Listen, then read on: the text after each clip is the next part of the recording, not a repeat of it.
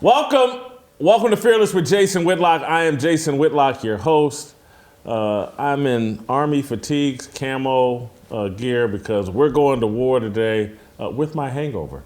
I don't drink very often. I had some drinks last night at the cookout and woke up a little bit sluggish this morning, so I put on some camo and I'm ready to go to war to combat this little hungover feeling. But I did have a good time last night. I hope you guys enjoyed the cookout. We had great food from Good Ranchers.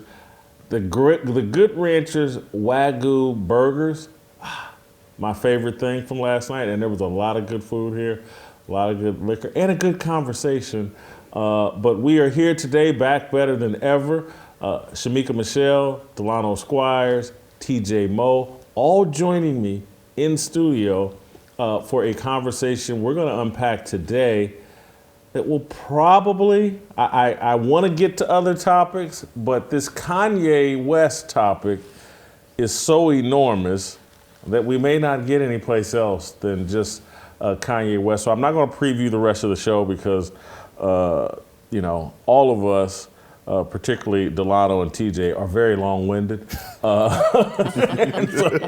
And I'm right there with them. And so who knows how far we'll get, because I think there's a lot to unpack as it relates to Kanye West. So I'm not going to talk about the rest of the show. But so I'm going to try to get us into this Kanye West conversation, give us some context. If you haven't been paying attention, Kanye canceled by his agency, CAA.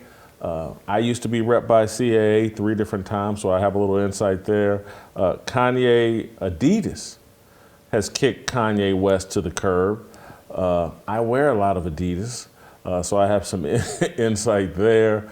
Kanye West is in the process, the system is in the process of canceling Kanye West. And he did an interview, I believe yesterday, or it aired yesterday, with a YouTuber named Lex Fridman, I believe is his name. It's a very, very fascinating interview. We're going to have to listen to a significant amount of that so that we have this conversation in proper context as we try to evaluate what's going on with Kanye West. But before I do any of that, before we jump into it, I want to talk about our good friend and show sponsor, Crowd Health. Putting your life on autopilot is a guaranteed way to disappointment. If you carelessly buy a new house, marry just anybody, or make any other big life decision before taking care of yourself, what are you doing? Let's be honest, the insurance model is broken. Thanks to Crowd Health, we can do something about it. Crowd Health puts your health care back in your hands. Cut out the middleman, save money, and fund your health care costs without relying on big government or big insurance companies. Only pay the first $500 of any healthcare event. The Crowd Health community takes care of the rest. No exclusive doctor networks, no huge premiums or high deductibles, no surprises. Crowd Health beats insurance by totally reversing the vicious incentives that got us into this mess in the first place. So take charge of your healthcare today with Crowd Health. Open enrollment is the only time you can hit eject on the broken system without penalty, so don't wait. And for a limited time, join for just $99 per month for your first 6 months when you use the promo code FEARLESS at crowdhealth.com. That's joincrowdhealth.com, promo code FEARLESS. Crowd Health is not health insurance. It's a totally different way of paying for health care. Terms and conditions may apply. All right, guys, are you guys buckled up and ready for this Kanye conversation? I gave you guys all morning and parts of last night to prepare for this. Delano, have you taken detailed notes so you know exactly what you can and cannot say? Let's start here. I want to. Kanye is been in the news cycle for the past 2-3 weeks. He's been under attack since 10 days ago, or whenever he said he's going DEFCON 3 on Jewish people. He's been called anti-Semitic. He's a danger to Jewish people. The LA Times actually wrote a story yesterday that said that violence or hatred towards Jewish people has risen since Kanye's tweets or comments. The LA Times is somehow has figured out that hatred towards Jewish people have gone up since Kanye's tweet. This man clearly, in the eyes of the LA Times, has a lot of power. I'm not sure if I agree that he has that much power, but I would love for the LA Times to do a story the next time a gangster rap album drops or a drill music album drops. I'd love to know, NWA, could we go back in time and when their albums dropped, did violence increase? Did hatred increase against black people? Is rap music, is that why black people seem to be filled with so much self-hatred that we'll step over dead bodies in all of our communities to go hunt down the one body or the half a body that was killed by a police officer? Has rap music done that? Has there been any studies? Has the LA Times written any stories on something like that? But I watching this Lex Fridman interview that Kanye did, I started to understand why this man is public enemy number one. This first clip is long. It's about 10 minutes. We'll play parts of it and I'll ask for Justin or the crew to stop it so we can talk a little bit. But we'll try to get through this 10 minutes because we need this context to fully understand some of the other clips I'm gonna play. So let's start listening to Kanye's interview with Lex Fridman that I believe is why Adidas had to step away from him. Jewish people have a lot of movies about that pain, and black people have a lot of movies about the pain of slavery, right?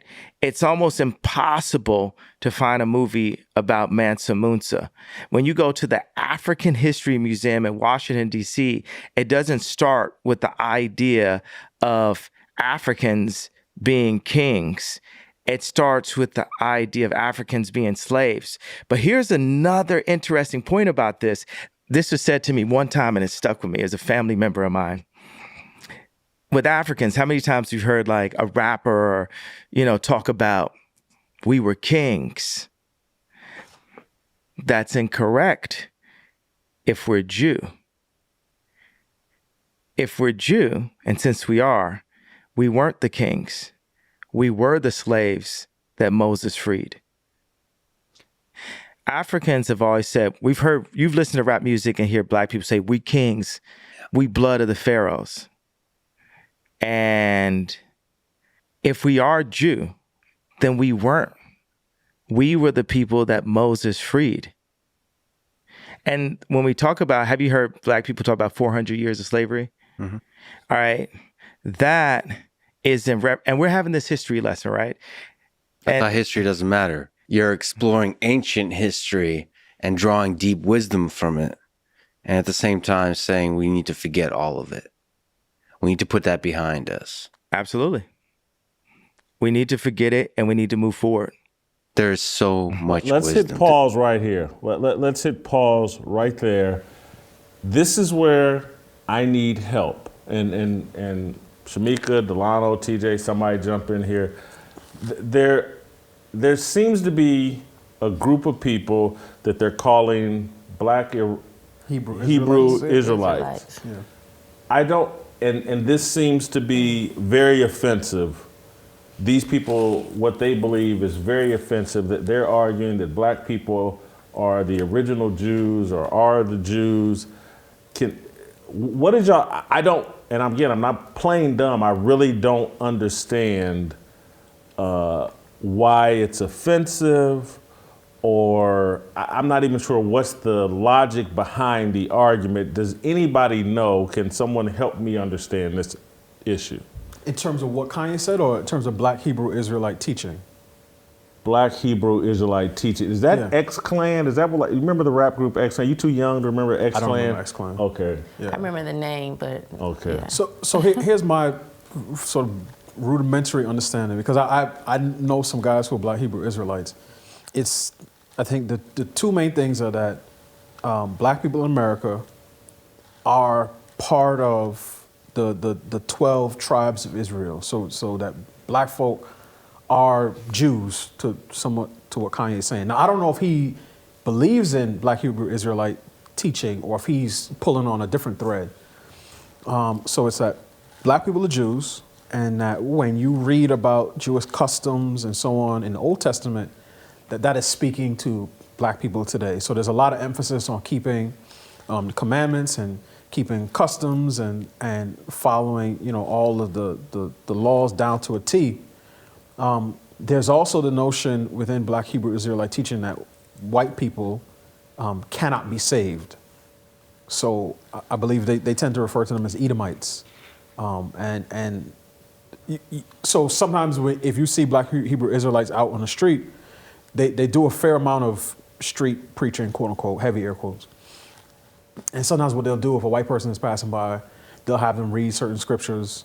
They'll berate them publicly. If people remember the Covington situation with the kids from Kentucky, that part of that started when a group of Black Hebrew Israelites ended up in a verbal dispute with the kids from Covington. So it's those two things sort of working together.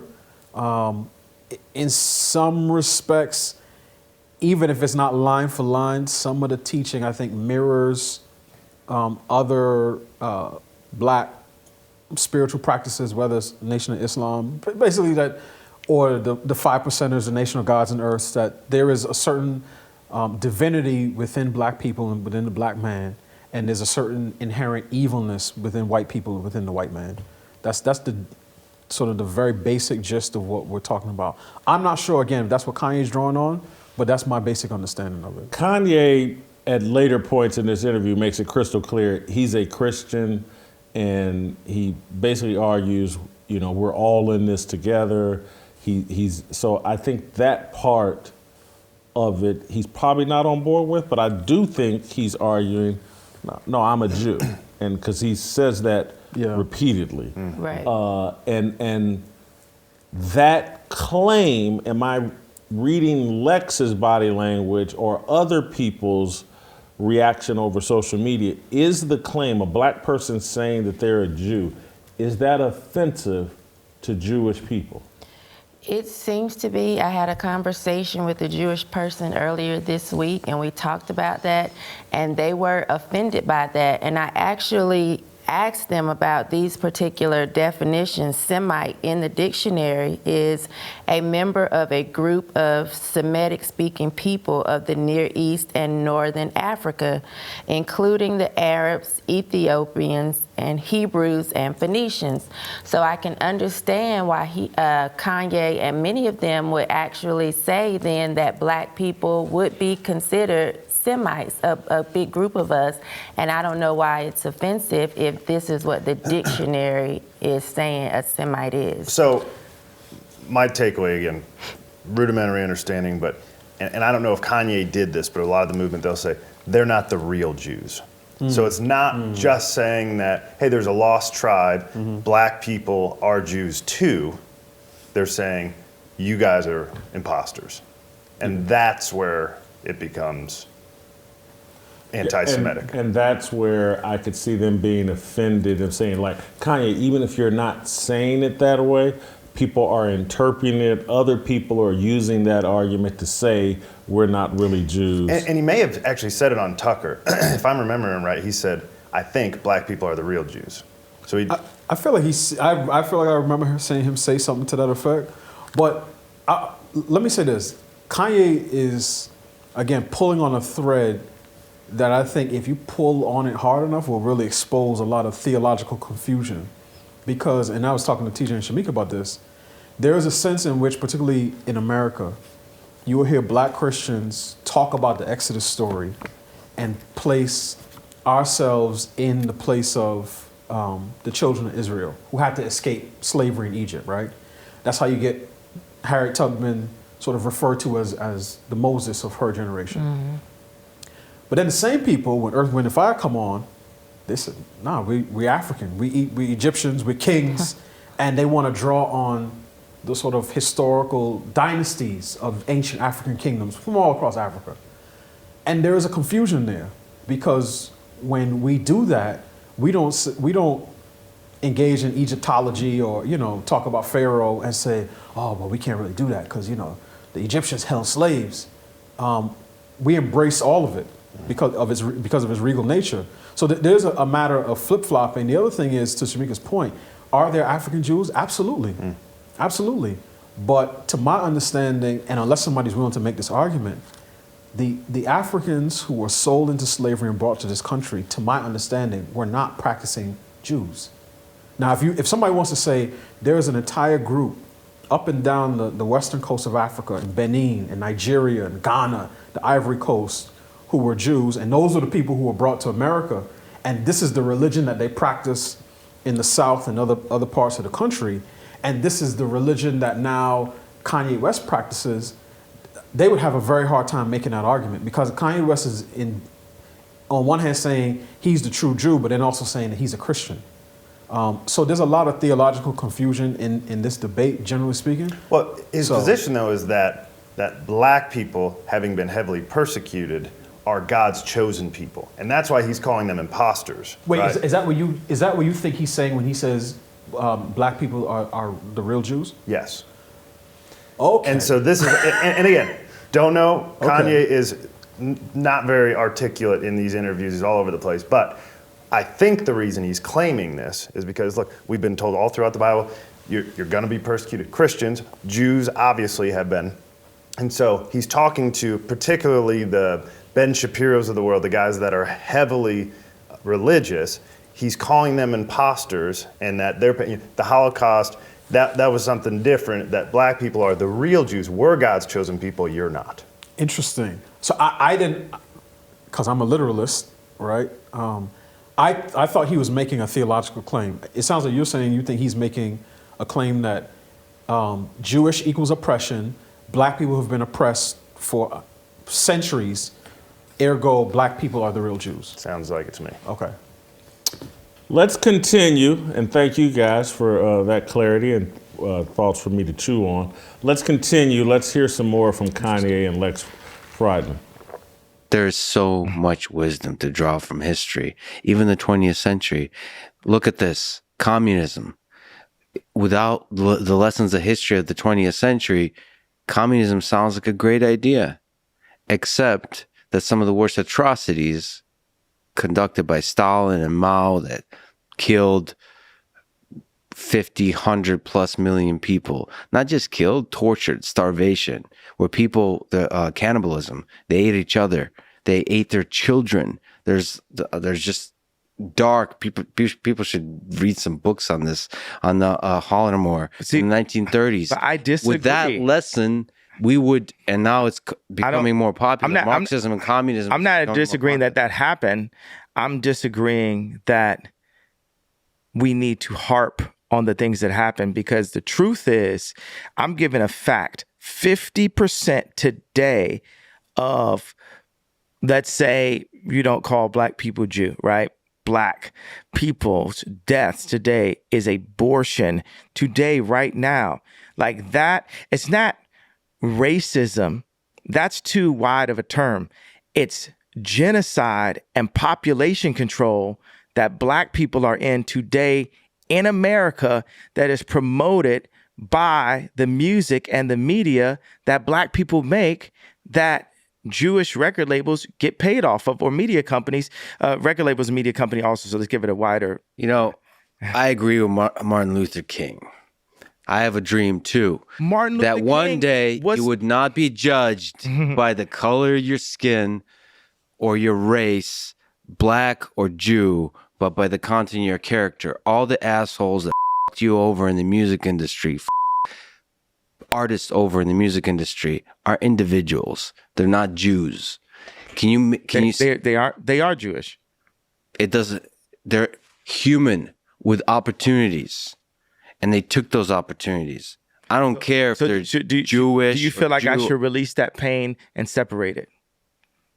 Yes. Okay, so if you're saying I should release that pain and separate it, then I'm telling you, you should release your pain and separate it, and we could get to this. the list of how you are a being with engineering opportunities. That's 100%. I see what you're doing. That's exactly what you're doing. The pain, I'm going to let it go. Let's pause here. Because this is where the interview got real interesting for me. I'm listening to it again, second, third time here. Listened to it this morning. I can't disagree with Kanye's argument that this whole abortion thing that we seem all wrapped up in and its impact on American black people. I'll just keep it over here in America where, I live and am concerned. I'm not offended or upset that he's calling that a Holocaust.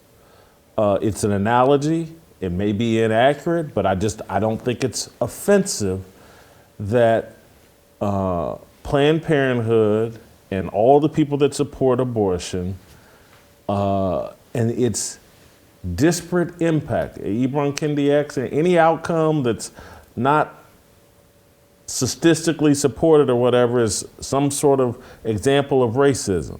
And so the slaughter of black babies in the womb, I gotta agree with Kanye here and his analogy, and I know it's provocative, but I just don't, that shouldn't be offensive to Jewish people.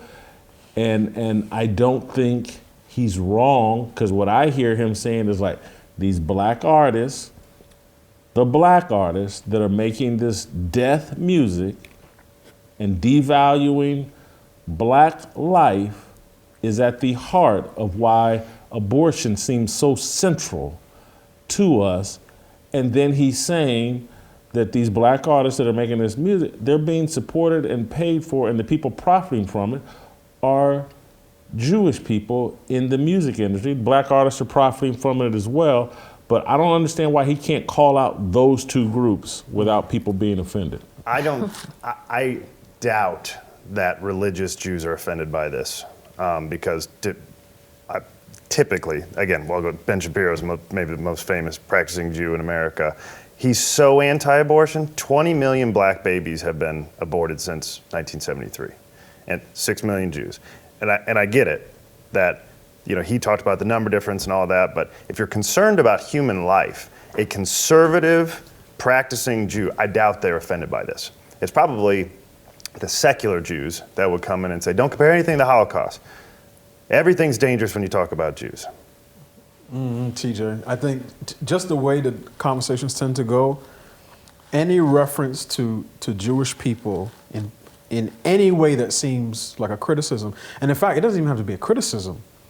The notion that, Jewish people have an outsized influence on media and culture, which is what the writer in the LA Times article said is a trope or a part of a narrative, that in and of itself is seen and described as anti-Semitic, right? So I agree with you in terms of Ben Shapiro, someone like Ben Shapiro saying, yes, I'm completely against abortion.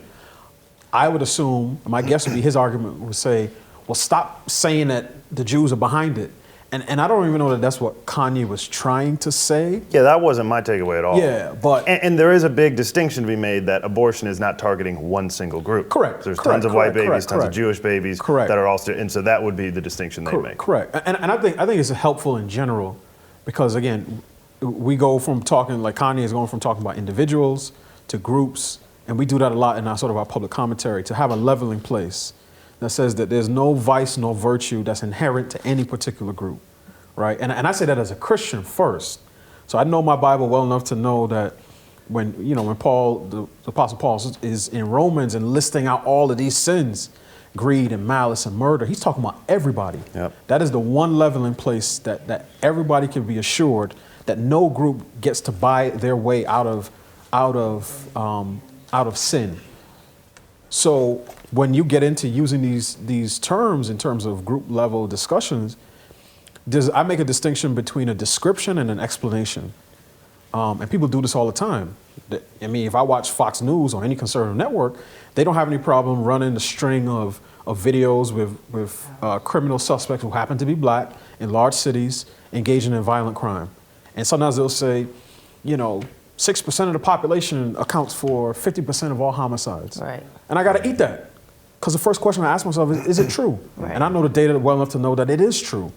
But if a black commentator goes on there and says, well, 70% of the media companies in Hollywood are run by Jewish people, then all of a sudden that's off limits. So again, if we're using group level characteristics as a description to say, these are the people who do X, who run X, who finance X, that's one thing. But if we're using it as an explanation, these people do these things because of X, right? Because they are black, because they are Jewish, because they are white, then I think you get yourself in different, more dangerous territory. Right. And I think the way we watched him cut him off and say, no, these are humans, like he wanted to not allow Kanye to say that these are the Jewish people that are doing this to him in the industry. But like you said, Delano, when it's the other way around, when you want to point out something that black people do, we have no problem with numbers. We have no problem characterizing it or grouping it, but he cut him off mid-sentence to then say, no, this is a human. Well, we don't do that in any other thing. We can look across media and see when we specify a black or a white. And I get when Kanye is saying, he's pretty much stating a fact. He doesn't really want the argument, I guess, on whether or not black people are Jews. He wants to bring it to 2022 and say, okay, like, I'm a Jew, but let's talk about what's happening right now, opposed to spending a lot of time arguing about whether or not black people are Jews or black people are not. Let's talk about this Holocaust, as he calls it, happening right now in 2022. And I think a lot of people are missing that. I've not seen him, to your point, Delano, say they're doing this because they're Jewish. In fact, he later on says, we may get to it here, he's like, but they are Jews. They're people who happen to be Jews. Right. And there's a large group of them. Yeah. And so there's a big difference. And again, particularly the people on the right,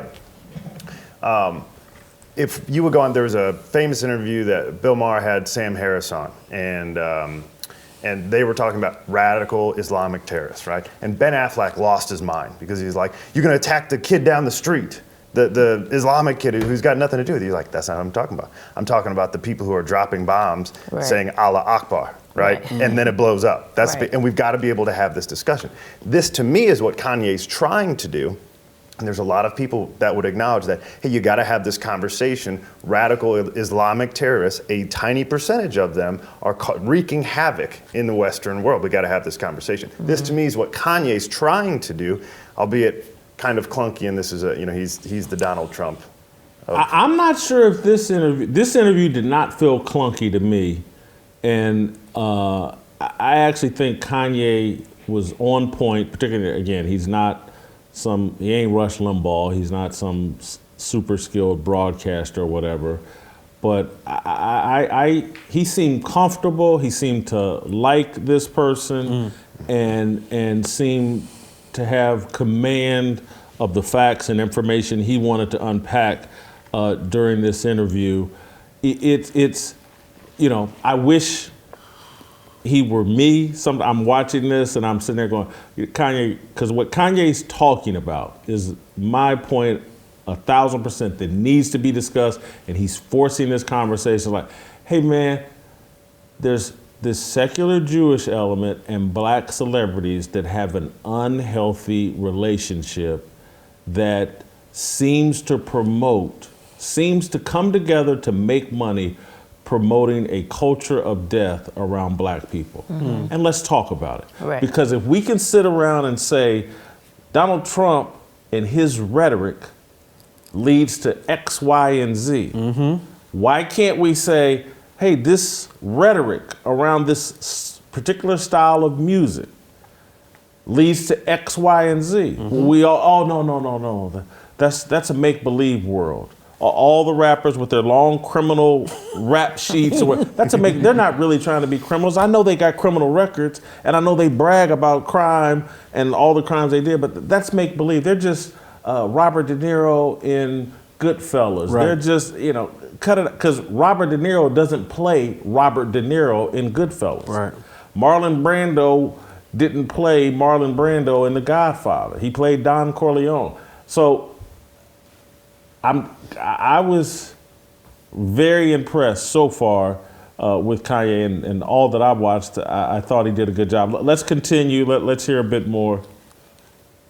Yes. Okay, so if you're saying I should release That Pain and separate it, then I'm telling you, you should release Your Pain and separate it, and we could get to this, the list of how you are a being with engineering opportunities. That's 100%. I see what you're doing. That's exactly what you're doing. The pain, I'm going to let it go.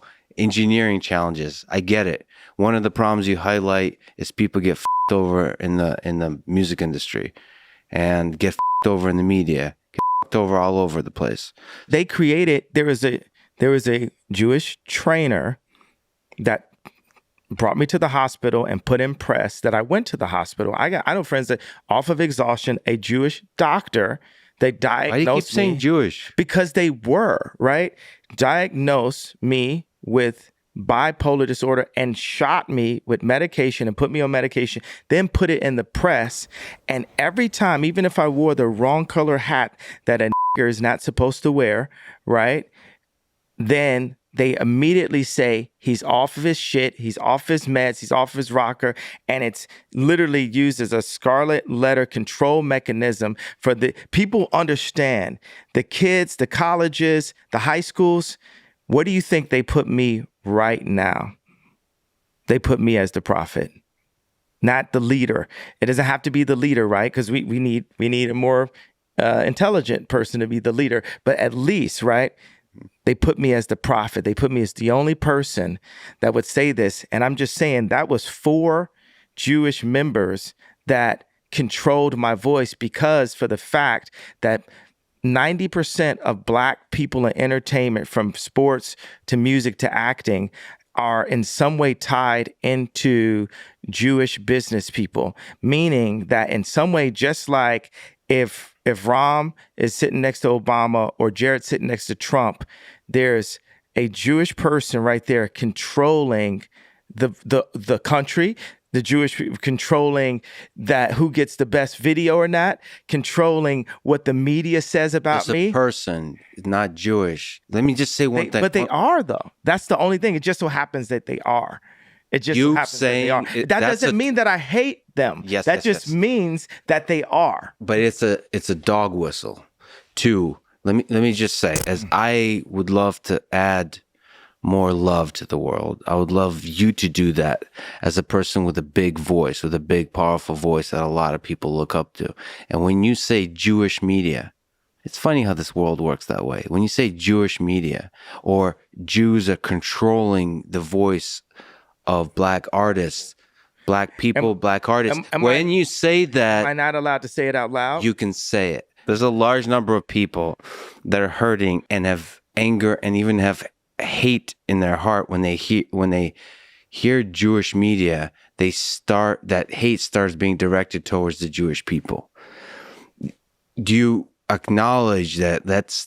Do you understand? Can you feel the hate in the world? That comes to the surface when you say stuff like that. Okay, I feel that when we go into therapy, my dad was a therapist, and obviously I've got some therapy skills myself. A lot of people, my music is healing. These type of spa-like existences are healing. The color palettes I use are healing, and we can use healing words, right? What I really feel that there's no accountability and no responsibility on Jewish people in media to at least start with owning up with the facts of what's dealt with and tell me if I say the facts out loud, to the point of Ari Emanuel writing a letter in the Financial Times trying to take food out of my children's mouth, telling people that they're not allowed to work with me. Even Chris Como or Pierce Morgan getting me to apologize and separate Jewish business people from the families of the Jewish business people, which I did. Update. I did that. That already happened. And the That way was a shitty apology. That wasn't really an apology. But shout out I to that need to- conversation. I Here's need- I Let's pause right here, because this is one of the moments I had where he's Lex. I got no problem with you, smart guy. I really appreciate you having this interview with Kanye. However, can't you feel the hatred rising when these things are said? And this is what I wish Kanye would have said. It was like, and maybe it's at some other point he does, I think, somewhat make this argument, but it's the feeling I have when I listen to rap music that denigrates me, us, anybody that looks like me, that normalizes the killing of black men like myself, and particularly younger. Can't you feel the hatred rising? And it may not be an outside group that you're rising the hatred of. You just may be, and again, there's a lot of this music, Bloods and the Crips, black on black, elevating the hatred they have towards each other through music, which leads to them killing each other and then accidentally killing bystanders, uninvolved parties, making our neighborhoods completely unsafe, where people don't want to put businesses there, kids afraid to go to school without joining a gang because they can't be protected. All of this stuff has been normalized, and I can feel the hatred rising every time this music comes out. And again, I used to listen to it. But I know I can feel the hatred rising. And for Kanye to say, hey man, I want you to take some accountability.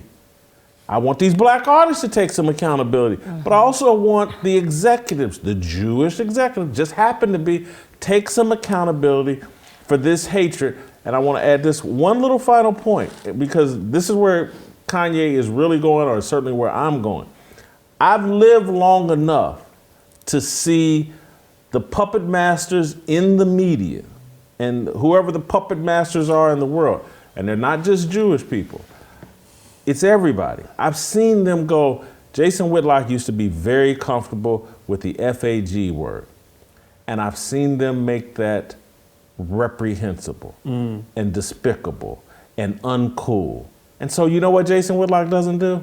He don't use the FAG word anymore. I've seen it run out of sports. That used to be like one of the favorite words in sports. It's been run out. They said, you know what? No, we're not doing that anymore. It's uncool. It's unhealthy. We're not going to elevate the hatred around this group of people, gay people. They're protected. And so we're running this word and that kind of abuse out. But when it comes to somebody, Kanye, anybody saying, hey, this music y'all making and making billions of dollars off of, it's elevating hatred around black men, making our communities unsafe. Oh, that ain't our problem, or that's all make-believe. That music don't do that. Kanye's on solid ground here. Go ahead, Shemeka. Oh, no, I was just going to say, everybody that acts like they don't understand what this man is saying, they are full of shit. Because it's clear. He has said more than one time that he doesn't mean all Jews. Even going back to the Drink Champs interview, he broke down exactly what he was saying, why he was saying it. When he said, this is the real anti-Semitism. I'ma your bitch. I'ma kill this nigga. I'ma your bitch. I'ma kill this nigga. He said, how many of y'all would bet your house that these type of lyrics aren't in the first 3 top songs on Apple Music? Like, he has been so clear as to what he is saying. And when they took that interview down, I knew for sure they're getting ready to railroad this man, because what I keep saying is he's talking over a lot of people's heads. That's why people are like, oh, he's crazy, or, you know, it's just that you're not listening to him and you don't want to hear what this man is saying because you are full of it. Like, I should have wore boots today because this is ridiculous. Like, he's been clear that he's not talking about all Jews, yet people keep us trying to say that he's sending out this dog whistle and that he's trying to put Let me people play in devil's harm's advocate, way. because I agree with you. know. But let me play devil's advocate, because all of us, we watch the media, we've watched a ton of Kanye stuff, and so we know that. But a guy like Lex could be arguing, yeah, but what about the people who just see a little bit? just see him say, hey, the Jews you're not the real Jews, and also you're wrecking black people. And that's all they see, just once. And so you and I and everybody else have seen that he's been very specific. He just did it in the last video. They happen to be Jews. He said it exactly that way, which I think if he said it that way all of the time, he'd be in less trouble. But he routinely will make a correction after broad brushing everyone. And that could be Lex's argument. Well, what about when they say, and we don't want to keep doing whataboutisms, but this is what we do, and people should have the intellect to be able to add their own quantifiers. Yeah. If you know it's not you, then you know it's not all Jews. It's like when they say black people love ham. I don't eat pork. So I automatically know it's not all black people, but you know, it's a lot of black people that'll suck a ham bone. You know, I'm just not one of them.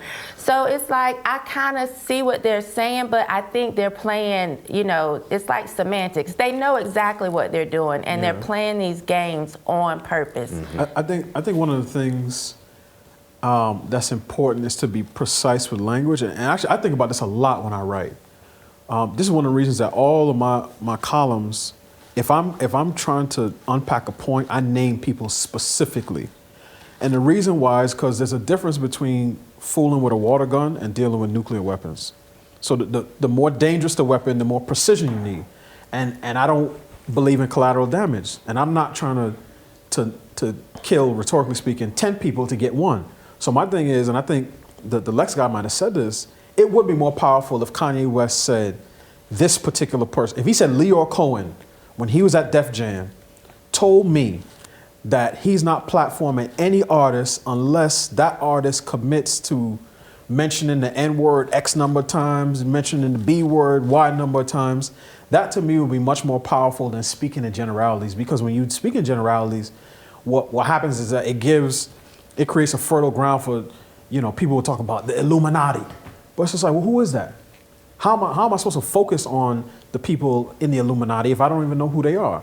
And my thing is, Kanye West knows the people he's dealing with. They already canceled him, so now he should be even more freed up to speak.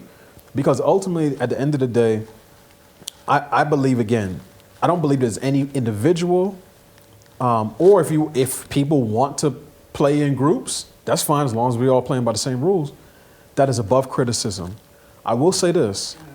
It does feel weak when black artists, whether it's Kanye, whether it's Diddy, whether it's Nori, whether whoever it is, Snoop, Jay-Z, I don't care who it is,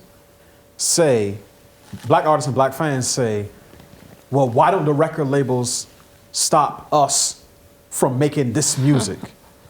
Because what it ends up doing is saying, I have to appeal to white man law in order for me to behave myself. Right. And I reject that, right? In the same way, if I lost my mind and I said, I'm gonna exploit my kids, I'm gonna sell my kids to the highest bidder. Yeah, you should ask yourself, what type of person would buy children on the black market? But the first question you should ask is, what type of father would sell his own children? And for the people that say that they speak for the black community, I love black people, I vote for everybody black, but you turn around and you push this garbage, you pump this garbage into our community in the same way you say that the white man pumping in Crown Fried Chicken and he's spiking the water. You do the same thing with culture. My first step is to address the artists, particularly the ones who have enough money where they don't have to do this. Right. So before I get to the record label execs, I want to know why they continue to take the money to sell us out. You raise a heck of a point. Kanye, and I'm not, because he said so much and I listened to so much, he addresses this, and so I'm getting a little bit ahead of myself because we haven't played the clip where he basically speaks to, like, you know, these artists are selected because they can be controlled. There's, you know, what's the dude's name? Baby from Cash Money Records? Or Baby. The head, Yeah. All tatted up, face, everything. This dude straight out of prison. Yeah. Birdman. Yeah. he go by Baby too. Yeah. Birdman. He's a criminal, and he doesn't deny it. And I think before he became he came out of prison to be a record executive, and so somebody gave him that platform. he didn't earn it while making license plates in prison.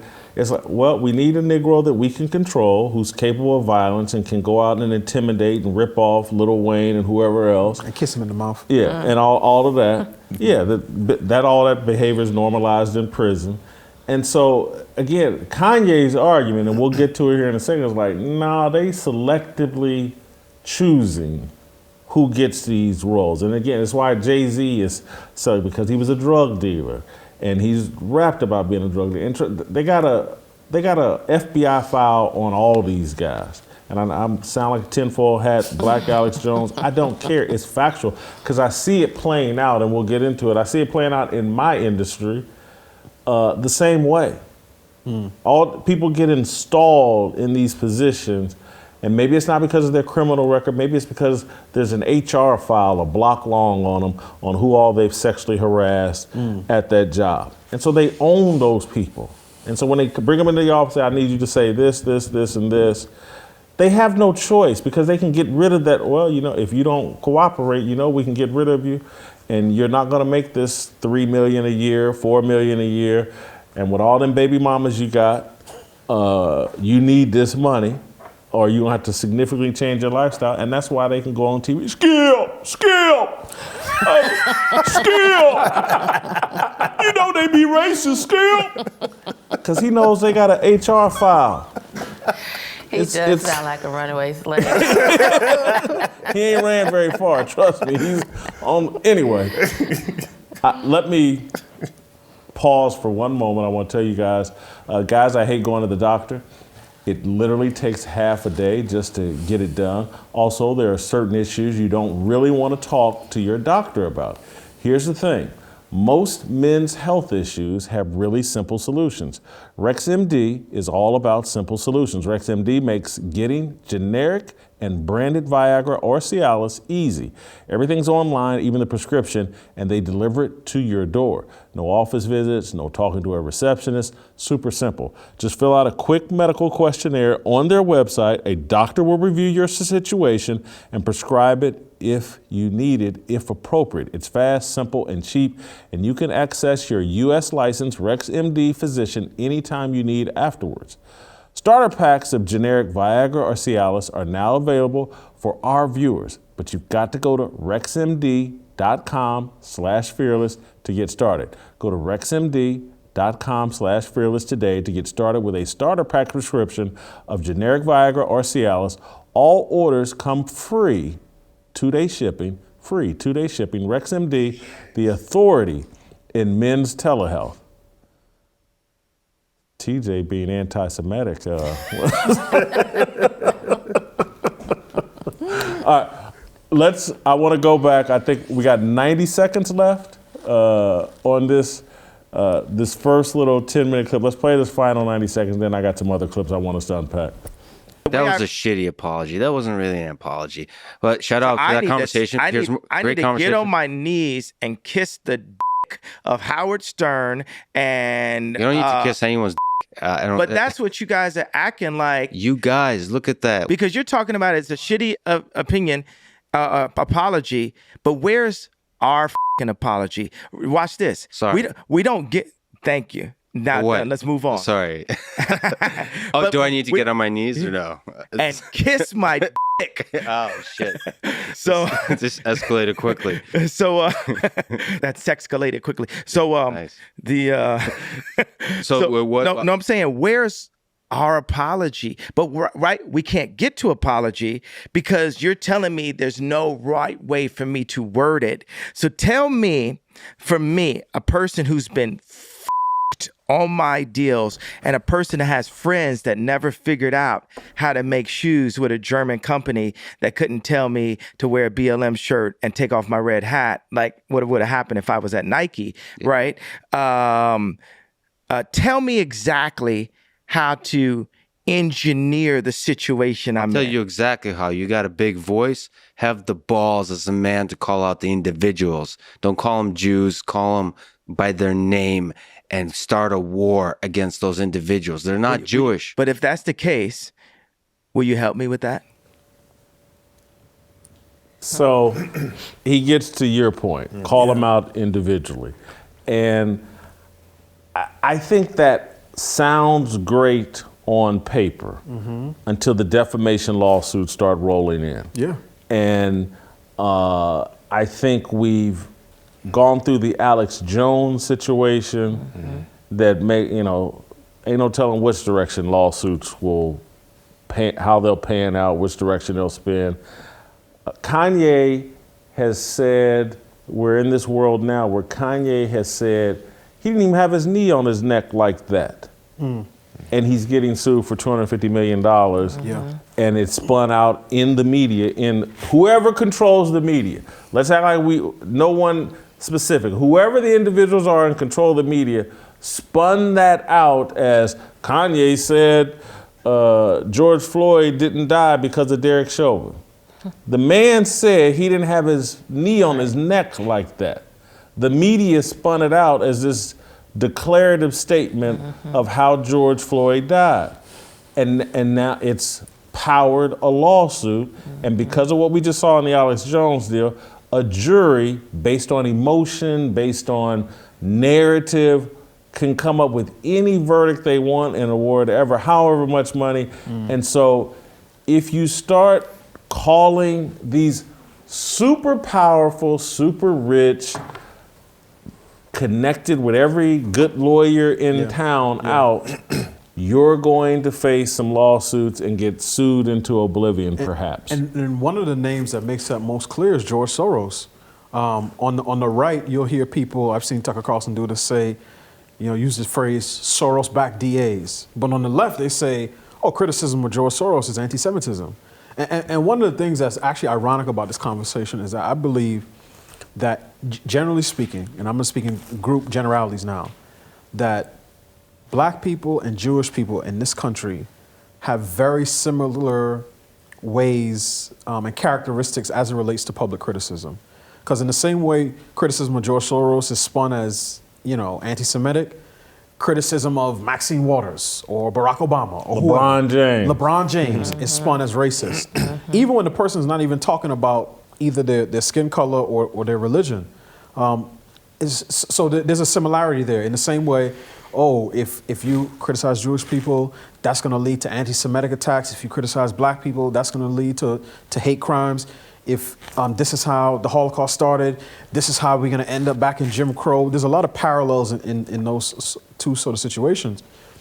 One of the big differences is the asymmetry there, because the Black elite are more protective of the people they say have no power, because you couldn't get Nori, you couldn't get all the political commentators, the analysts, you could Ilhan Omar, Mark Lamont Hill, to denounce the garbage that's pumped on BET or that comes out of Hollywood. But when Kanye West says what he says, right, even the George Floyd stuff, then all of a sudden everybody's apologetic. And I was saying to Shemeka earlier, Nori had on Irv Gotti, former head of Murder Inc. CEO, and Irv was recounting a relationship that he claimed he had with Ashanti 20 years ago. He called her the B word. He's talking under her clothes, and they slept together, and they did this. Nori didn't apologize for any of that. So it's one of those things where the message is clear. If the people that you're degrading and denigrating and criticizing are Black men or Black women, if you're promoting crime, degradation, self-destruction, you have a free pass. Regardless of who's running it, regardless of who is the mouthpiece for it, you have a free pass. Not only do you have a free pass, we'll pay for it. We're the NFL. We believe in Black lives. We stand against the oppression of Black people. But we're going to hire, Snoop and Dr. Dre and whoever. We're going to platform Meek Mill as he drives his bus with his album cover with naked Black women on the front of it with little, pixelated things over their private parts. We promote that. We promote that to our people. But if you criticize certain people in certain groups, if you say, well, I'm not sure I believe that the NFL is gay, oh no, that's NFL conversion therapy. We can't have that. Then it's like, okay, now you can't criticize. So I think at a certain point, people just gotta, look, this is the standard and we're gonna hold everybody to the same standard, but clearly we're not there yet. Yeah, and I think it's clear to Kanye that these people that have spewed all this hate, all this gangster music, I'm a gangster, I'll do this, I'll do that, are really weak. They're not gonna have his back. You know, when Ice Cube came out and said, I don't know where he gets the idea.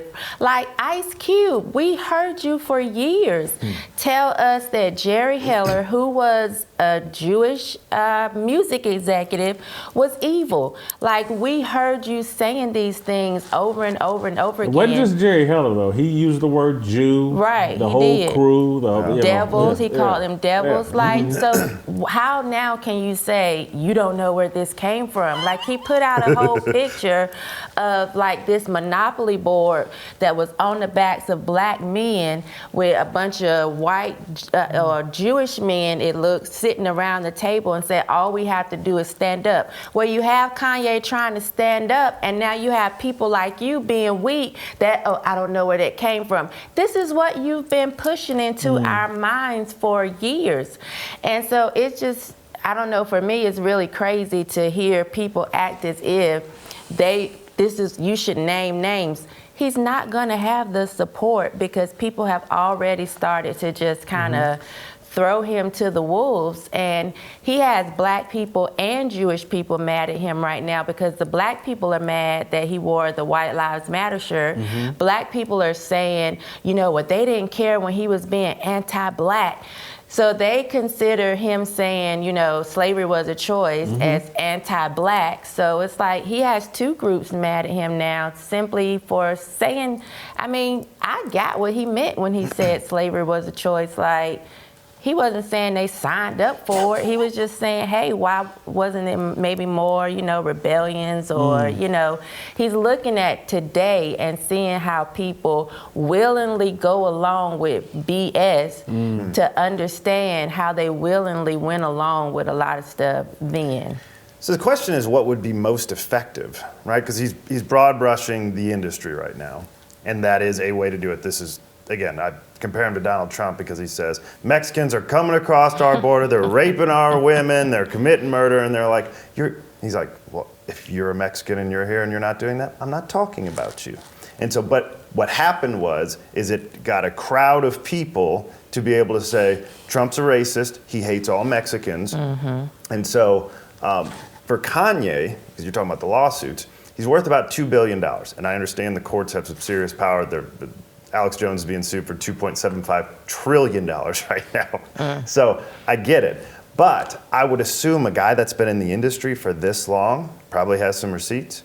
And can you, if you need to go to court over it, and somebody wants to sue you for defamation, and you've got the money to back up the lawyers in the short term, then call out the very specifics. And you say, I'm not gonna name the guys that I can't prove it, but it's this way across the industry. And here's the three I know about. Let's say he called out Jimmy Iovine.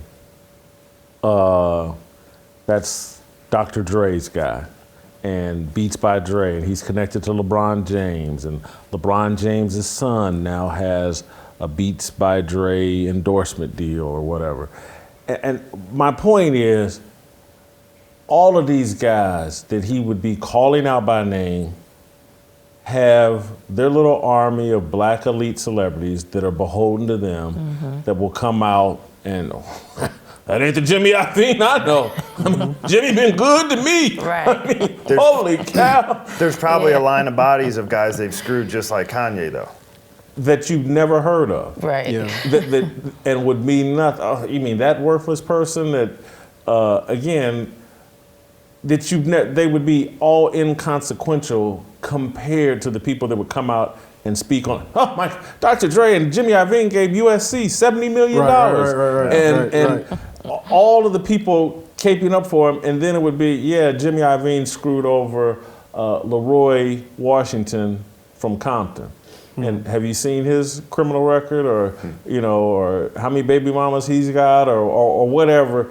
It sounds good calling out the individuals. Yeah. And I'm not saying that it's not, because I've called out people by name my entire career. I'm not saying, but I think what is being most effective, and I'll just say it, I think Trump's strategy has been effective. It's created a conversation that has awakened a lot of people, and we'll get there now. I think somebody was saying before the show, either you or Delano, Trump created Ron DeSantis. And so eventually Kanye kicking up all this dust is going to create his version of Ron DeSantis. There will be somebody who can stand in the pocket and make this argument very articulate that everybody's gonna have to listen to. But Kanye right now is just the conversation he had with this Lex guy. Important. This was a very lucid, easy to understand Kanye West in a long format with someone he's clearly comfortable with, that he put his arguments together a lot better than what I've seen previously. So one thing that's really interesting, because you mentioned Jimmy Iovine, right? And according to Wikipedia, Jimmy Iovine is Italian, grew up in Brooklyn. But you get some of the same criticisms of Puff, of P. Diddy, that he screws over artists, that he doesn't deal fairly. Some of the very artists that he helped make famous, Mace and other people, Locks, have said, he locked us in these bad contracts, he owes us money. And I think this is where, and again, Kanye can, say something profound and then ridiculous, within seconds of each other. But this is where I feel like Kanye, who describes himself as a Christian, would do better to speak from a biblical perspective. Because again, then you have whether the person running the company or the label is Italian, or they're from the American South, or they're black, or they're Jewish, or they're Eastern European.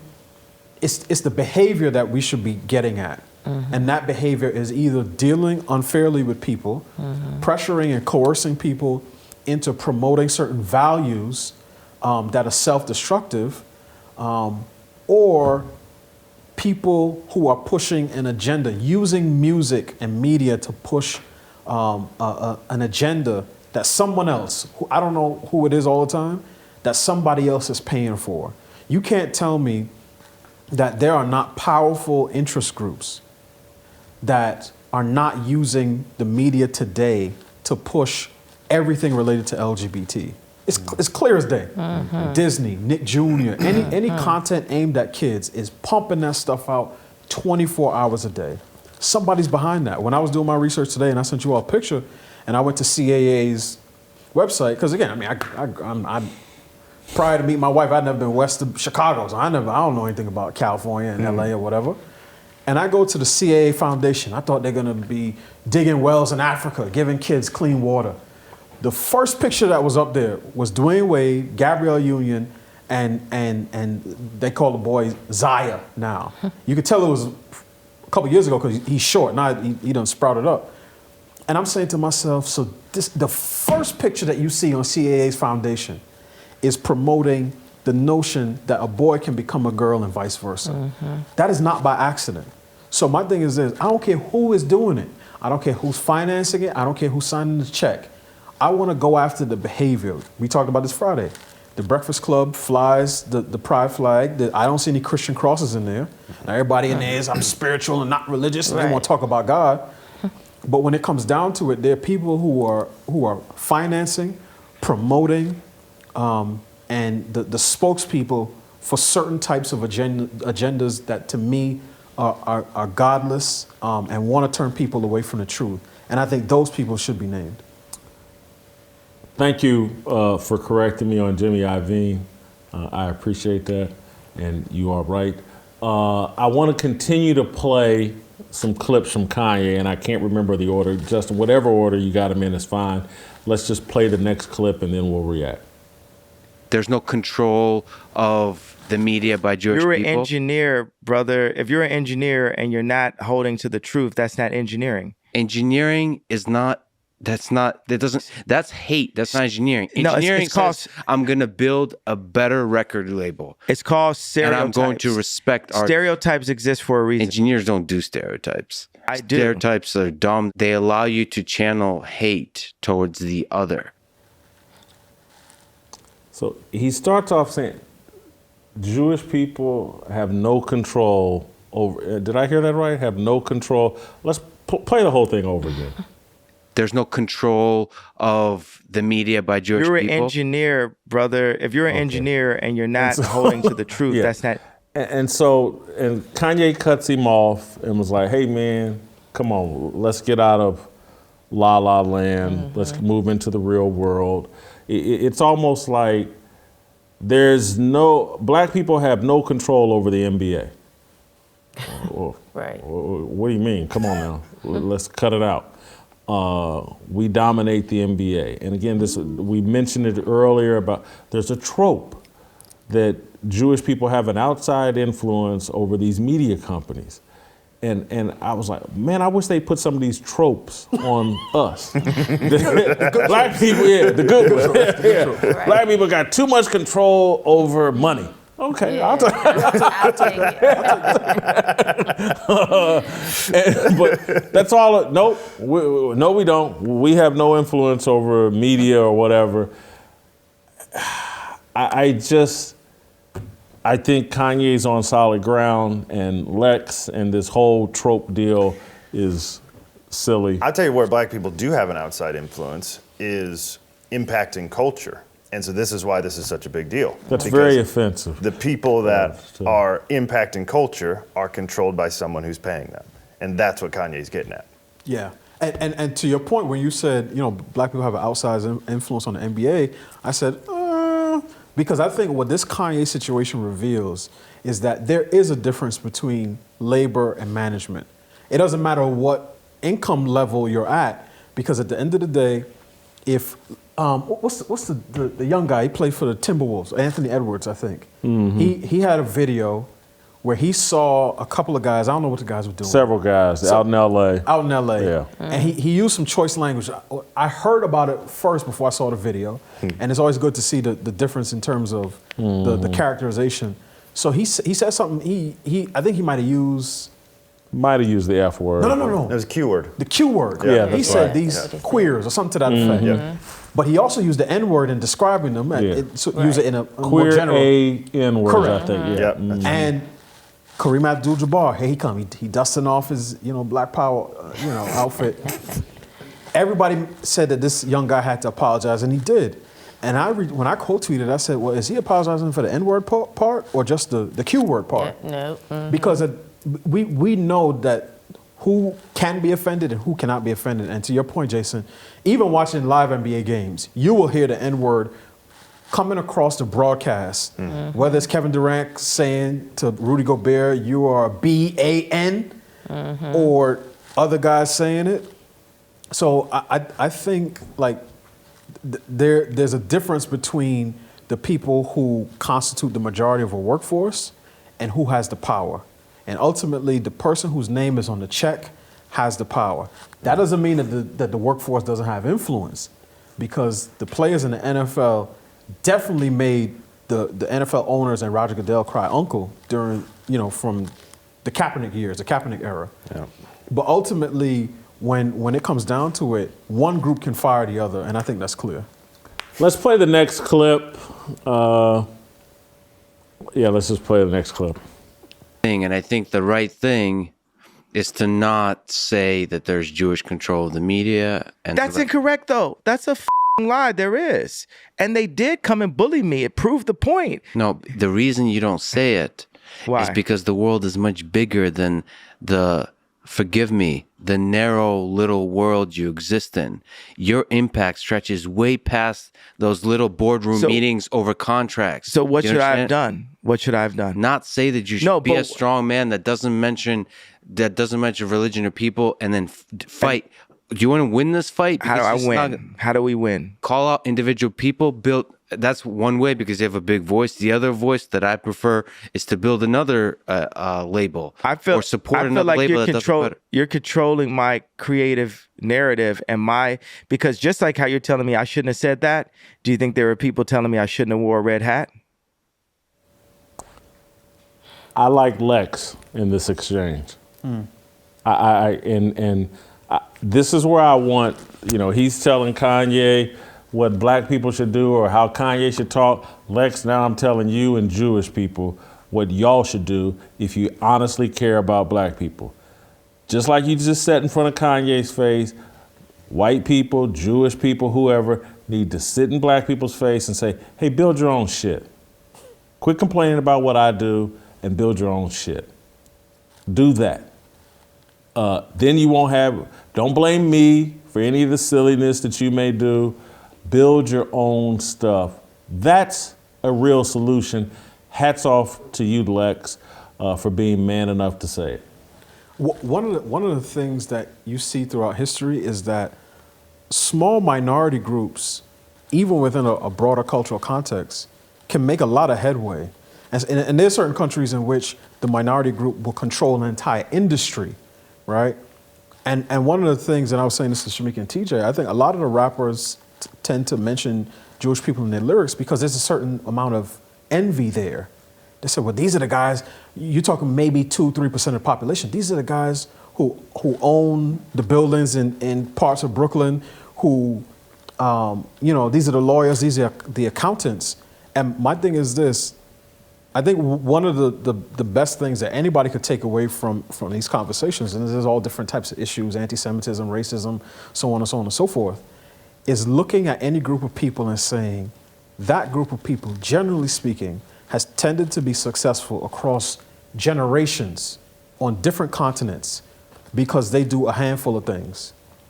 They're faithful to their religion. They are dogged about building strong families.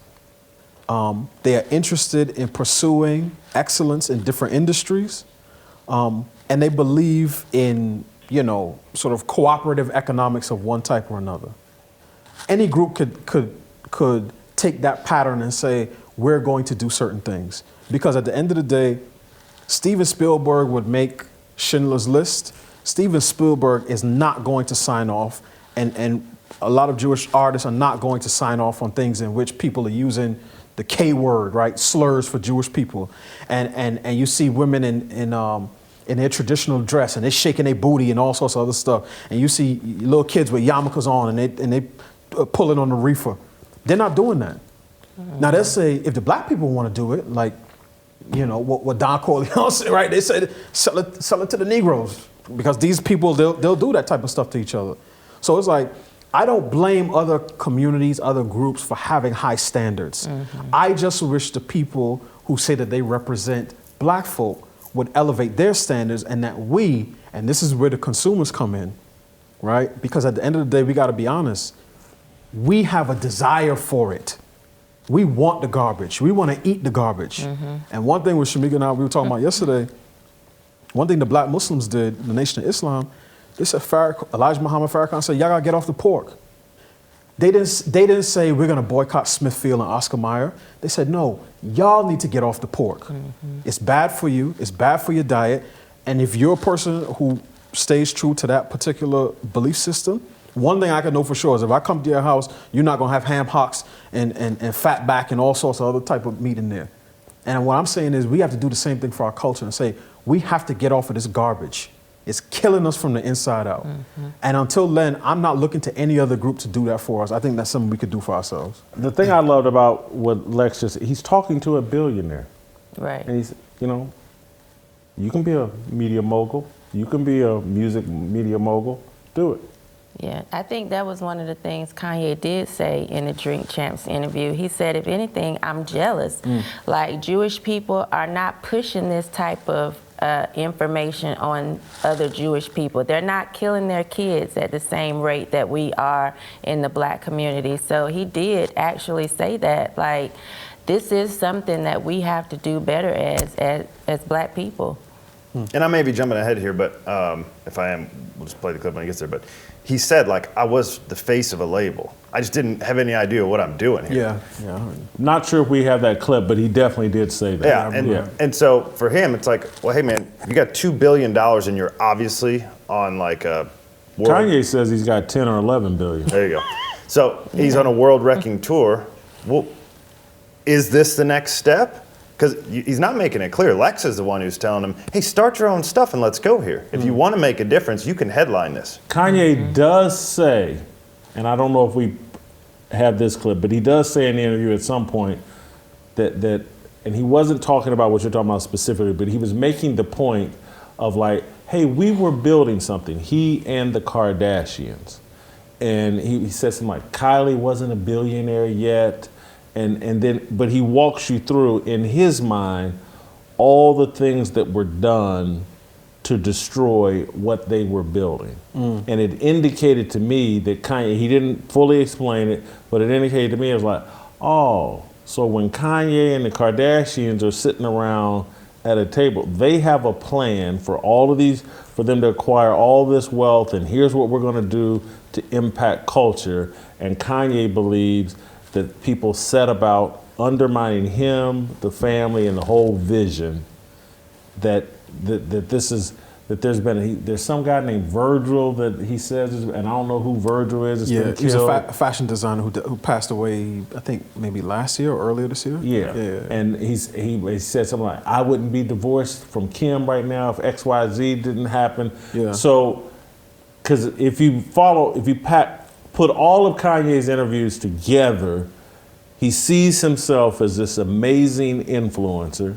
He sees Kim Kardashian as this amazing influencer, and they're acquiring all this wealth. So I can see in Kanye's mind the way he thinks. They're having all these conversations. Kim, me and you are about to change the world, and we're gonna acquire all this wealth, and we're gonna be the controllers of the fashion industry and the blah, blah, blah, blah, blah. And he thinks, some people set to tear that whole thing down. Maybe I'm naive, and I'm certain I'm naive. So. If he's actually got 10 or 11 billion dollars, the barrier to entry can't be that high. Fair. I agree. So I'm saying, don't tell me all about the obstacles. Just go get it done. He's on a tour right now. 10 or 11 billion dollars. There's not that many people. Gotcha. It's hard though to do what however much money Trump has, whether it's 2 billion, 3 billion, or whatever. He was president of the United States. If you're a true disruptor, they will disrupt you back. Yeah, I mean that's part of market economics. There's competition, and nobody's going to give away the dominance that they've established in a particular field overnight. LeBron found this out when him and his guys started their sports agency. A lot of people said not nice things about it, and they tried to dismiss them. But and this is where I would love to see this sort of king energy that Kanye West is always talking about. Because there's a difference between saying, look, I see the people who are out to do me harm. I don't care what any of them do. I'm going to go get it. Yeah. And they're just going to have to deal with me. And saying, oh, this person did this and this person said that and they told my wife to do this. And that part of it comes across as weak. And I'm going to give you a name in terms of a person who has shown that you don't need $11 billion. And people may laugh and snicker, but I have a tremendous amount of respect for Tyler Perry. Now I don't watch none of the shows. That's me laughing and snickering. But he showed you can come from homelessness. When you are true to your audience and you give them content that they want to see, you can build an empire. He took over however much of Georgia, and he has his own studio. Now again, is he ever going to win an Oscar for Medea comes home from trans surgery? Probably not. That's probably not happening. But he's built a lot of wealth, and he doesn't have to go begging with hat in hand to anybody in Hollywood. And he says, I'm going to build this so that I can work with Ava DuVernay. There could be Cicely Tyson spent the last 15 years of her life. Is she? Yeah. I don't know. Is she still alive? No. Okay. Yeah. The last 15 years of her life, basically playing roles in Tyler Perry movies, right? Yeah.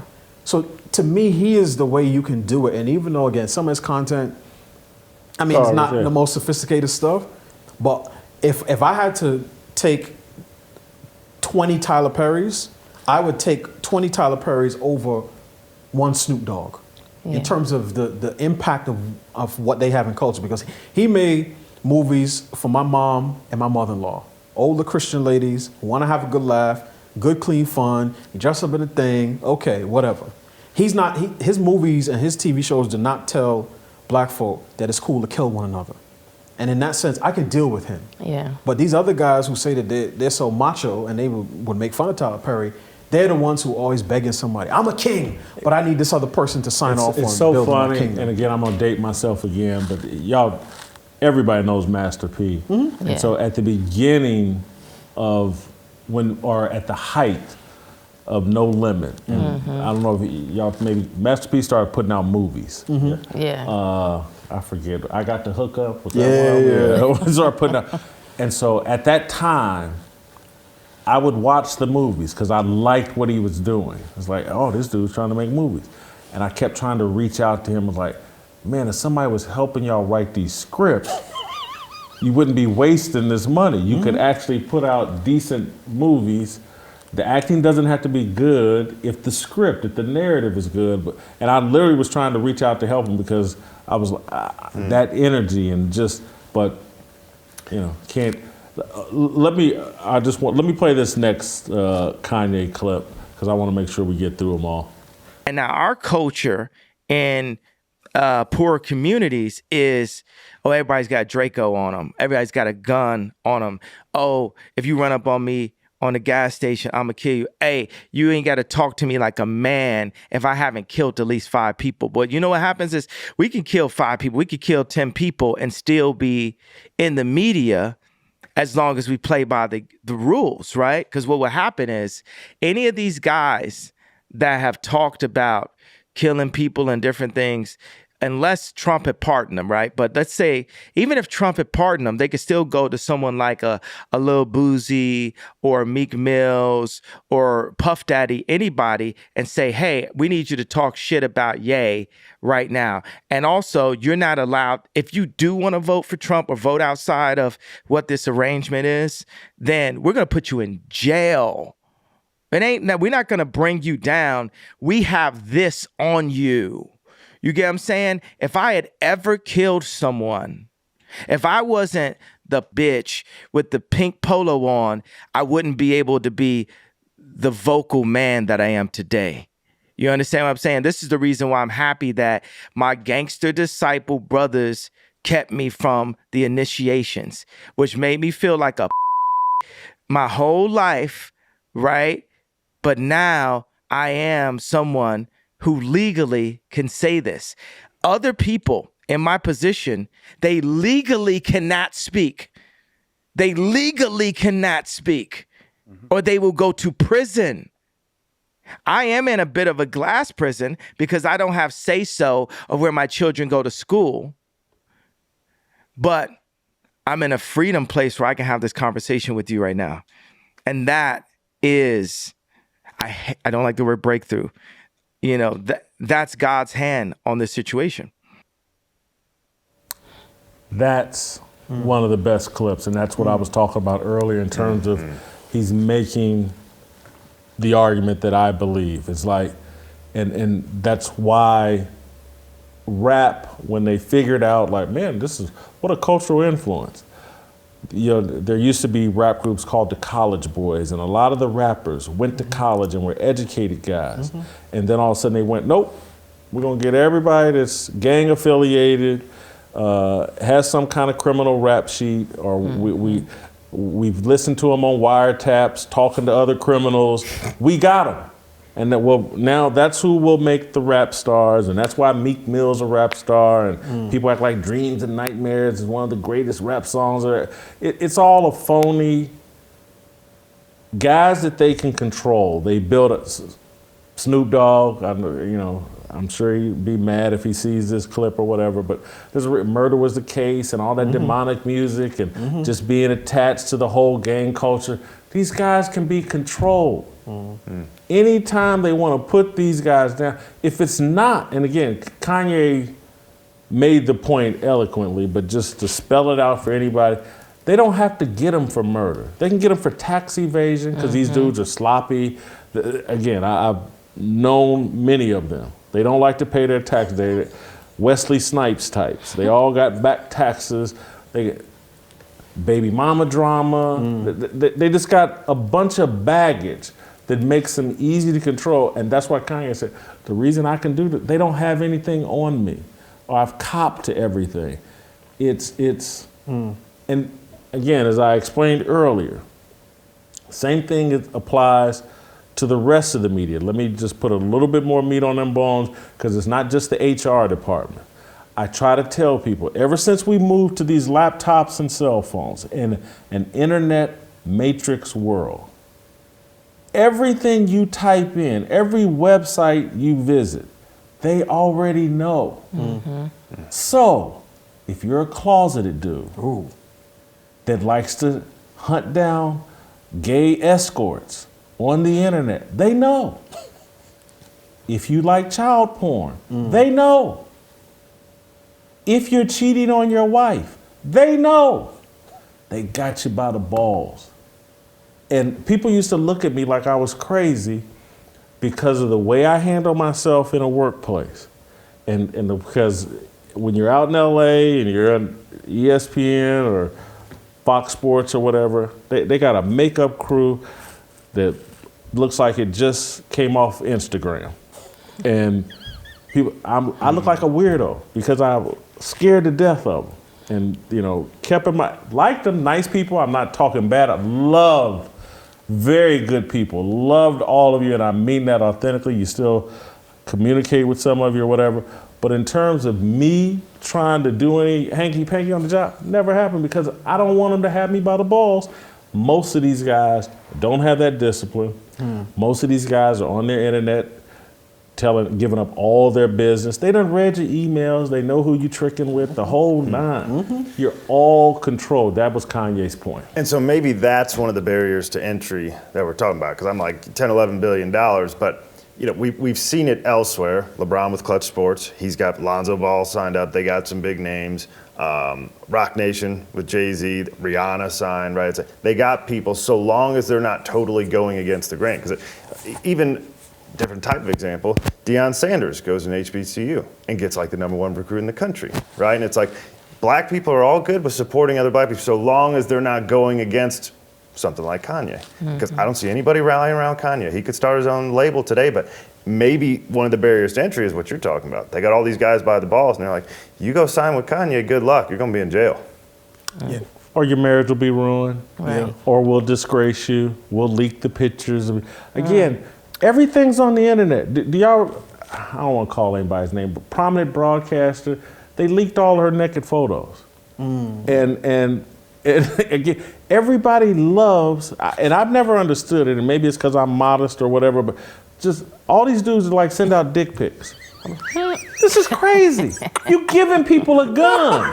Right. It's like I'm gonna wear a big gold chain and hand a criminal a gun so they can take my gold chain off me at any time. Anytime you send one of those out, you just sent that person the gun they can use to shoot and kill you. Yeah. But people love to do it. Yeah, because I saved mine. You got them all by the balls. Yeah. I mean, again, I wish that Kanye would have sort of leaned into the faith that he professes, right? Because what I hear him saying is, when you are a man who has no self-control and lives with no integrity, somebody's going to be able to take advantage of you. And as you said, if they got you by the short hairs, you have one or two choices. You can either cut them off, or you can continue to be got. Neither of those is a good choice, because you end up gelding yourself, and that's why I think a lot of these guys, you know, they have a tough exterior. And I really do believe them when they'll say, I'll shoot an N-word, right? They'll have a lot of smoke for me. Oh, yeah.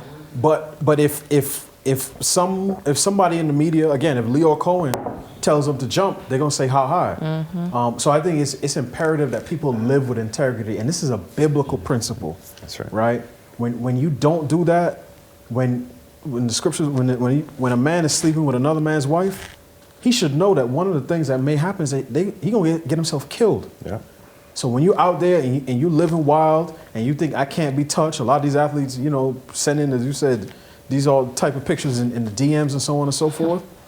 There's a price to pay for that. But the other thing that was really interesting, and this wasn't his main point, there's a perverse incentive within aspects of black culture that says to be authentically black, you have to promote the gangster lifestyle.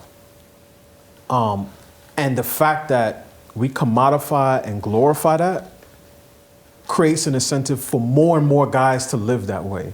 Because you mentioned De Niro, and you know, you could talk about Clint Eastwood, and sometimes one of my friends, I'm not gonna say who it is, he know who it is, will say, oh, well, people watch all these movies, da da da da. And I say, yeah. But the actors get accolades because they play a role. The rappers get accolades based on how real they are. Right. So when you actually hear that a guy didn't live the lifestyle, his stock goes down. Oh, yeah. But when you hear of a guy, he's like, nah, this guy got bodies on him. You say, man, that's a real, you know what I mean? So what Kanye's saying is, look, I didn't live the gang lifestyle. And by not doing that, I am free to say things that these other guys aren't because, you know, as you said, that they're compromised. I hear that they actually find out what your vice is. Like if it's coke, they're gonna put all the coke in front of you. If it's women, if it's, you know, gays, they give you that and they catch you in these compromising positions to hold that over your head. But that they say that's a going thing in Hollywood or in the industry, that they actually open all these doors for you. They give you what you love and they get you in these positions to then be able to use that against you. You know what I hear when you say that? I hear Satan, Yeah. the tempter, that says, did God really say?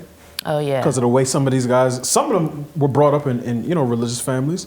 And when somebody says, look, we got Jimmy Johnson coming, not the real Jimmy Johnson, right? We got Jim Jones coming, not the real Jim Jones. But we got Yeah, somebody right. coming. This is his sin number. Go get some of that from the vault. And we're going to lay it out in front of him. And when he comes and he says, oh boy, and he has no discipline, and he says, oh, this is exactly what I like. That's what I hear. That's when I read the scriptures, that's exactly what I get, right? It's like, no, you're being, your temptation is drawing you Oh, away. yeah. You're led away by your own lust. Correct, Yeah. correct. I'm gonna unpack this very carefully. A television executive had me and my agent out to dinner, and hey, of all the women on our network, which one would you want to bang? And I hemmed and hawed, and then they circled back, asked it a different way, and I eventually said who I found the most attractive. And within 2 weeks, that person asked me to take them to an event. Oh. And God intervened. And I left, you know, I initially went to the event, and then I went to the bathroom and left. They're not gonna get me. You went to the event with that person? Yeah. Okay. But I left. I said, hey, I gotta go to the bathroom. Had you already picked up the tab? I don't want to say what the event was because I don't want to give out too many details. But there was no tab. I went to the event, and I just excused myself to the bathroom and went home. It was just too. I was like, this is too good to be true. Yeah. Yeah. It's a honeypot. Yeah. I mean, this is classic. I don't even want to say my age, but I'm just like, this don't make no sense. It don't add up. I'm a nice guy and all that, but this is just throwing a 10 in my lap for, you know, I ain't put no work in the setup. Yeah. And so I'm telling you, people think that Kanye's stupid or that all these conspiracy theories, they just don't understand how that industry works and how money works. I can give you another example that's more in the fantasy world. I think the show was called Gomorrah, and it's about the Italian mafia over in Italy. And I think it's season 1 of Gomorrah or whatever. And it's just a grittier version of any of the mafia stuff that we love over here, The Sopranos or Godfather. It's just like a really gritty, like this is how the mob is over in Italy. But one of the things I picked up from Gomorrah was, it's like, over in Italy, if they're gonna let you into their little secret society and all this wealth and control or whatever, man, they're gonna make you jump through some hoops, and it's gonna be brutal. One of the scenes in Gomorrah was this mafia don got this young soldier that wants to be in the life, and they got some dispute or whatever. And just out of nowhere, the Mafia Don whips his thing out, picks up a cup, pisses in the cup, hands it to this dude, tells him to drink it. Dude drinks it. That's how bad he wants to be in the mob. And that's like, that didn't get him in the mob, but it's just like there's a series of things that they put you through before they let you in. And that's what it's like in the celebrity world. When people are paying you millions of dollars, they want to control you. They want information on you. And again, this is the mistake that they probably feel like they made with Kanye is we don't let this man become a billionaire and we can't fully control him. And that's why they're destroying him. But there is an initiative, the Illuminati, whatever you want to call it, the Millionaires Club, there is things you have to go through and dirt they have to get on you to be able to control you before they just hand you that money. And it's part of the reason why, and I'm not making excuses, I'm not trying to gloat, but part of the reason why everybody was always uncomfortable with me is because I just wouldn't give them that dirt. And because I didn't want to be a part of it that bad. I did want to be a part of it, but not that bad that I was going to fully compromise myself and give them information to control me. I don't want to be controlled by them. And Kanye, and this may be the clip where he talks about, I think we got one or two more clips to play, where he talks about who he really wants to answer to. Let's play the next clip. And even with those drawbacks, losing my wife, losing my friend, exhaustion, all of these late night tweets that piss off an entire group, like this, the frustration still there. I work for God and God runs the world, and we'll see what happens. But in those words, don't you feel that being split up, don't you feel you're doing the thing that you stand against, which is playing victim? Aren't you playing victim to the forces in the world? I didn't play victim. I didn't even get a chance to play. I just said I was about to. I said like this, like. No, you played pretty damn well. What do you mean? What do you mean about to? You're like one of the greatest designers in history, fashion designers. You were playing. What do you? You are playing. What does that even mean? I thought you were referring to the tweet. Saying No, I'm playing all of victim it. there. Well, there's a full set of things that you're under attack for. The tweet and everything beyond that. But like you're blaming, not blaming, but you're saying that the Jewish media, the Jewish record labels, the Jewish people, forget Jewish or not, doesn't matter, is playing victim, right? Ultimately, I am fighting a battle in the spiritual form. And anyone that believes in God and is looking at this interview would agree with that. And I just so happen to be a bright part of God's army. I'm fighting for us to live. The greatest gift is life itself. I am pro-life. I am pro-God. I believe that Jesus Christ is our Lord and Savior and died for our sins. That's he's not the perfect executioner of it, but I actually believe he believes that. Oh, yeah. And he's trying to do to the best of his ability to be in that army. Yeah. Go ahead. I said to them earlier, like, I don't think it's coincidence that Jay-Z was Jehovah, Kanye was Jesus, Jesus, and now he's kind of being crucified. Like, it's not coincidence to me that he's kind of gone down this path for a long time, and now it's just like, this the big showdown. We've heard Kanye make similar professions of faith. That was an extremely clear one, and I appreciate that. But it goes back to the issue with him, right? Because you rewind that an hour and 30 minutes, and he's talking about getting down and somebody kissing his private parts, right? So it's like the same spring is giving both fresh water and salt water, and I don't know if that's an indication of unregeneration, right? That he's not truly saved and converted, or if it's a sign of spiritual immaturity. I can't say, and the good thing is that I don't have a heaven nor to put nobody in or a hell to keep them out of. But so ultimately, God is going to be the one to judge him and the profession of his faith. But that is not something that you're going to hear most rappers say at any point in their career. And I respect Kanye for that. And I hope that if he is serious about his faith, that he continues to mature and walk that out. And maybe we see a different and more refined Kanye where he can say, no, these people, regardless of what their ethnicity is, these are agents of darkness. And I, Kanye West, am no longer going to be a part of that. So sorry, Lil Nas X. You got to call somebody else if you want to do another, prison video. Mm-hmm. I genuinely hope Kanye's saved. I do.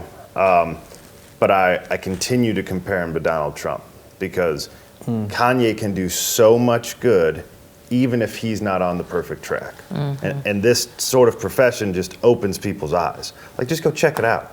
There's a guy worth $10, $11 billion who's probably committing career suicide, and a lot of it's on the back of just professing your faith. Right. Donald Trump did a lot of this. Remember that prior to Trump, everybody acts like this wasn't a thing. There was a war on saying Merry Christmas, right? Oh, yeah. There's a Happy Holidays, just keep everything to yourself. And Donald Trump came out for 4 straight years and said, Merry Christmas. Mm-hmm. He's like, we're not doing this war on Christmas. The pro-life justices, 3 of them.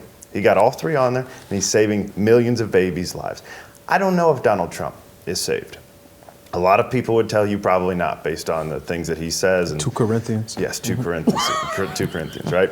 But I'm telling you, he was so effective in helping this country and a lot of people in helping the Christian movement. Hurt it in some ways, but helping guys like us be able to talk more openly, right? He came in as the guy who was the ultimate target. So now the stuff me and Delano and you guys say, it sounds like nothing compared to the bombs that Trump put out there, right? Because we can be more articulate, we can be more thoughtful. And so that's the way I view Kanye. I don't know if he's saved. Again, genuinely hope so. But he's a guy that is creating space for exploration, particularly in the Christian world. I would say this. I right there with you. Who knows about any of us other than, ourselves, what we know about ourselves. I tend to be more lenient with Kanye just because I feel like I have a understanding of what fame and wealth does to the mind, and it's not good. And then I've certainly, again, I believe Kim Kardashian's a witch, and I've dealt with a witch, and a sexual demon that man, they're hard to shake. And so I just think his walk is going to look a lot different than a lot of people's. Same goes for Donald Trump. Who knows what, he held up a Bible upside down and 2 Corinthians and, all the other stuff he does. But again, if I grew up in his family and had his wealth, and maybe I'd be the same thing. Who knows? But anyway, thank you guys for an awesome conversation. Kanye thing, we didn't get to Stacey Abrams, and maybe we'll do. We're going to see you on Thursday. Actually, we're not. I'm a little worn out. The cookout wore me out, and I'm gonna take a break tomorrow, but we'll be back on Thursday. See you. I want freedom. No negotiation, my sister, no relation. We all just wanna have freedom. Sitting on a corner, never been alone. I'm breaking my back for freedom. Blessed, we are living, get back. We are receiving, all deceiving. We all wanna be free. We want freedom. I want